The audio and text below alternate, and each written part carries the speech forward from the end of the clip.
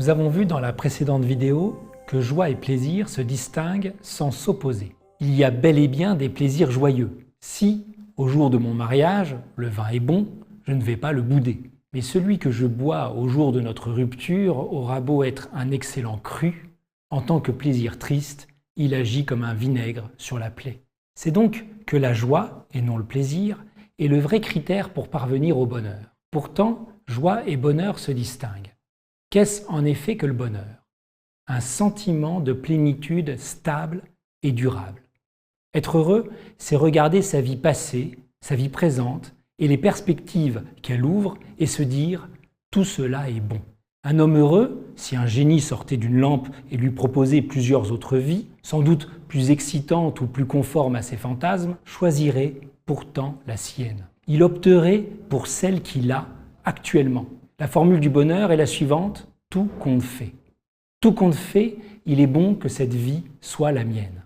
En cela, la plénitude du bonheur exige moins une vie saturée de richesses en tout genre qu'une certaine sagesse. On sera heureux en conformant nos désirs à ce qu'il nous est possible d'obtenir durant cette vie. Selon l'image que Descartes donne à la princesse Élisabeth, de même qu'un bateau de petite taille, quand il est rempli, et quoiqu'il soit aisé de le remplir, n'est pas moins rempli que ne l'est un immense bateau, de même, la plénitude du bonheur peut s'atteindre en tempérant nos désirs.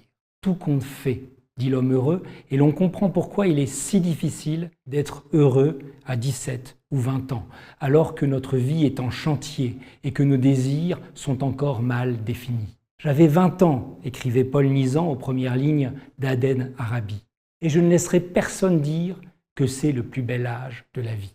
La joie, au contraire, c'est maintenant. Elle est l'étreinte soudaine. Comme le bonheur, elle nous réconcilie avec le tout de notre vie, mais c'est d'un coup, et à tout âge. En cela, la joie est moins qu'adulte. C'est un enfant qui n'attend pas notre permission pour quitter la table et se jeter dans les bras du convive arrivé en retard. La joie s'attrape partout, et elle rattrape tout. Elle ressemble au fou rire, dont on peut être pris n'importe où, n'importe quand.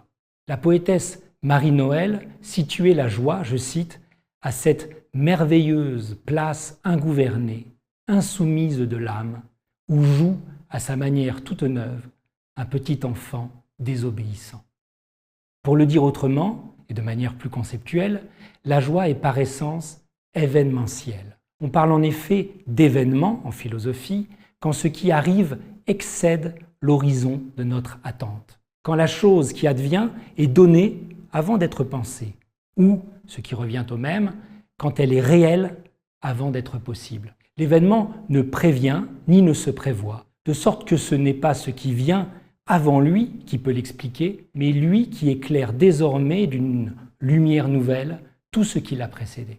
Ainsi en est-il de l'événement historique, telle crise par exemple, tel soulèvement populaire. Ainsi en est-il aussi sur le plan personnel du coup de foudre par exemple. L'événement brise la continuité d'un présent conçu à partir de nos petits projets pour jeter ces petits projets dans l'avenir et son aventure.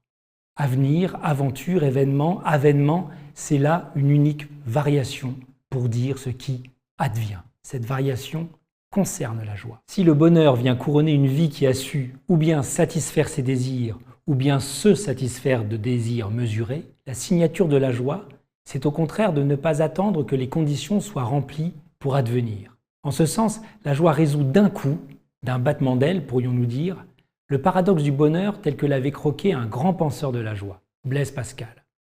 Pascal écrivait « Nous ne vivons jamais, mais nous espérons de vivre, et nous disposant toujours à être heureux, il est inévitable que nous ne le soyons jamais. » Chercher le bonheur, c'est en effet commencer par supposer que heureux, on ne l'est pas. C'est rassembler autour du bonheur des conditions qui ne cessent d'en différer la réalisation.